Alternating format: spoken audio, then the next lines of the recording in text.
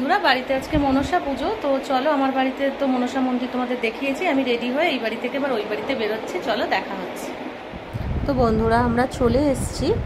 তো দেখতেই পাচ্ছ। আর এদিকে দেখো, আমরা তো ভেবেছিলাম খুব বৃষ্টি হবে, তো আমরা একবারে এত রোদ উঠেছে চাপাচুপি দিয়ে চলে এসেছি পুজো বাড়িতে।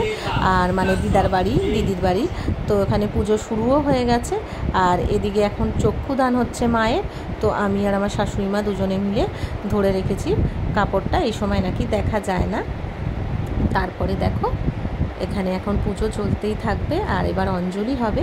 তারপরে আমাদের এখানে আবার যজ্ঞ হয়, আমাদের যজ্ঞ করেই পুজোটা হয়।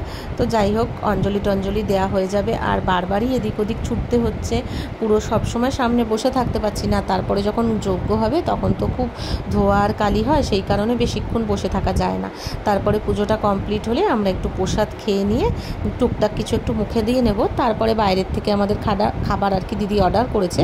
তো প্রতিবার রান্না হয় বাড়িতে, কিন্তু এবারে আর ঝামেলা করেনি, কারণ বৃষ্টি হবে বলছিল খুব। তা সেই ভয়েই রান্নার ব্যবস্থা না করে একদম বাইরে খাবার অর্ডার দেওয়া হয়েছিল।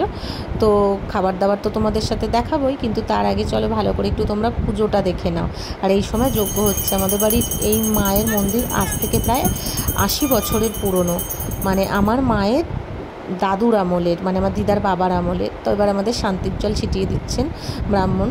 তো তারপরে পঞ্চপ্রদীপ দিয়ে আরতি করা হবে, এবং আরতি করার পর তারপরে সবাই আমরা ধোয়া মানে পঞ্চপ্রদীপের যে শিখাটা মাথায় নেব, নিয়ে তারপরে সারা ঘর দৌড়ে যতটা পারবো দিদি আর আমি মিলে দিয়ে আসবো সারা ঘর বাড়িতে।